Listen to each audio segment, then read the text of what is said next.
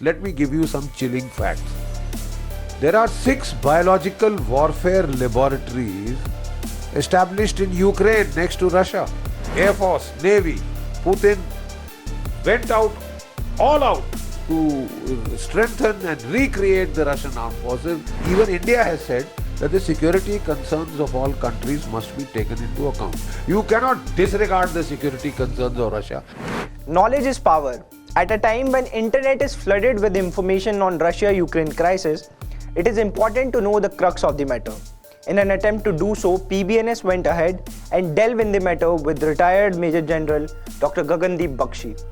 Ukraine, once again, there was talk of, there was a coup d'etat. There was a coup d'etat in Kyiv, and the pro-Russian president was overthrown in the Maidan, Orange Revolution, so-called, and forced to flee to Russia.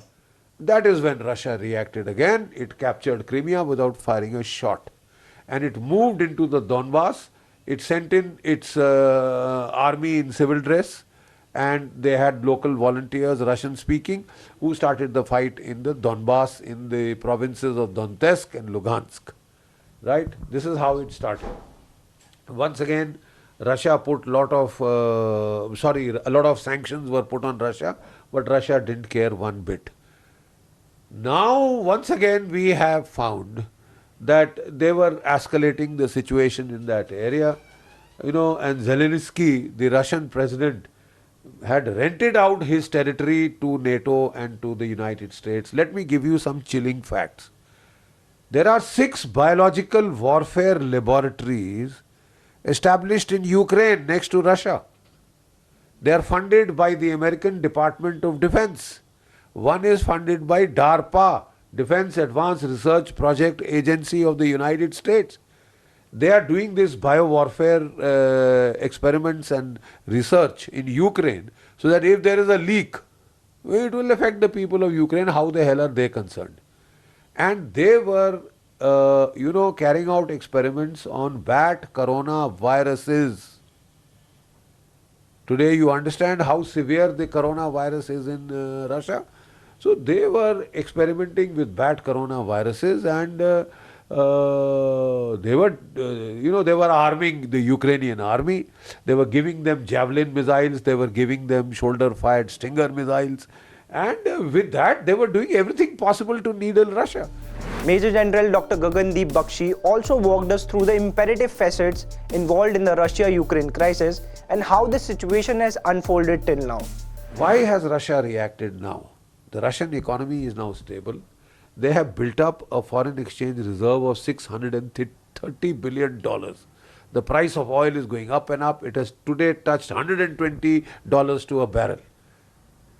They rebuilt the Russian army, Air Force, Navy. Putin went all out to strengthen and recreate the Russian armed forces to gain the technological edge back which America had taken, in air power especially.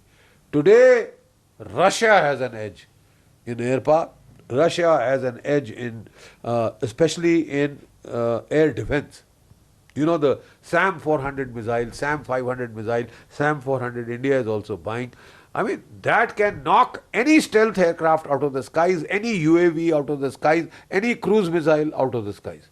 That is why today you are seeing in Ukraine, 65-kilometer long column, nobody can dare attack them from the air or anyway, because they have the slant range covering the anti-access area. Denial is being done by the S-400, S-500 missile.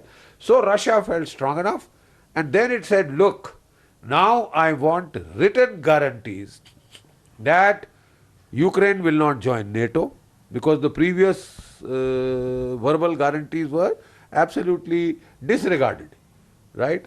Blatantly violated. So I want written guarantees that of my security, that Russia, that on Russia's this thing, that we have talks and we say, give written guarantees, Ukraine not to join NATO. The 14 countries that have joined NATO, you will not put offensive weapons there, missiles, etc. Don't forget, in 1962, when the Russians put missiles in Cuba, look at the way the United States reacted. So that was totally justified. But this is not. So this double speak, this kind of hypocrisy is something that is difficult to stomach. The comparison between both Russia and Ukraine defense forces has been the cynosure around the globe, and the retired Major General gave us a meticulous note for the same. Let's hear. Look, I am a military analyst. My job is to look at facts. Right? There is no comparison between the Ukrainian armed forces and the Russian armed forces. They are 10 times their size. Equipment wise, there is just no comparison. So the Russians are advancing relentlessly. Initially, they were going slow because they wanted them to surrender so that they could win the war without bloodshed. But America wants to ensure, NATO wants to ensure that there is bloodshed in Ukraine, so that every day that the war continues, it is information war against Russia they are winning. मार दिया, civilians को मार रहे हैं, आप civilian को हथियार दे रहे हैं, you are giving them weapons. So you think when somebody shoots at you, you will not shoot, oh, he's a civilian. The Russians have said, you don't have the coverage of the Geneva Convention if a civilian picks up weapons. Then that is either guerrilla warfare or whatever. So the fact is, now the Russians have made over these days good progress. So far they were going in that hybrid war fashion. They have a General Gerasimov, who is the chief of staff of the Russian army, and he created this doctrine of hybrid warfare, whole of government warfare. They also wanted to do information warfare, media warfare, combine it with cyber warfare, electronic warfare, and then the attack. So the whole combination of all these multitude of beads, as the Chinese call them, that they were trying to use. Now they find it has come to a straight fight, conventional war, full-scale war. So now they have switched tactics. They say, okay, then you want it that way, we'll show you. We were trying to avoid you the pain. But if you want it, you want to impress the Americans by your grandstanding, you want to impress NATO, okay, here it is. So the standard Russian tactics of taking cities is to surround them, ask the population to get out, ye road. Get the hell out of the way. Okay? We don't want to kill you. We don't want to kill civilians. You get the hell out of the way, we are going for the enemy army. The defense expert also demystified the future events which will take place during the next 5 to 6 days and how the situation will carve out after the crisis. On the first day itself, they did an air assault on an air base called Antonov Air Base, which is 23 kilometers from Crimea. They air assault with their attack helicopters and assault helicopters. They captured that airfield. The biggest airliner of the world, the Antonov 225, you must have seen pictures of that burning. They burnt it, destroyed it. Normally the strategy is to capture an airhead and then link up with it by the ground, forces advancing. Here they did not hold the airfield. They left it and they attacked Kyiv. These are the airborne forces, 6th Airborne Division, I think it was, that is still remains to be checked, Air Guards Airborne Division. So they attacked Kyiv. This is slightly dicey because that they have very light weapons.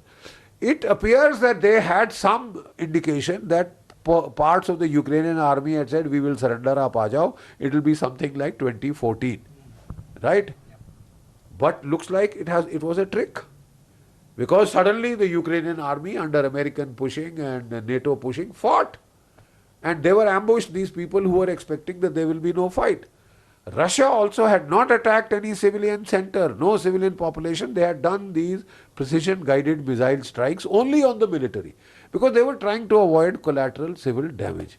So when this thing happened, they realized that they are trying to fight, and Zelensky Saab of the Ukrainian president, he went on a grand standing, I have beaten Russia, Russia is beaten, now Moscow will fall. Bakwas.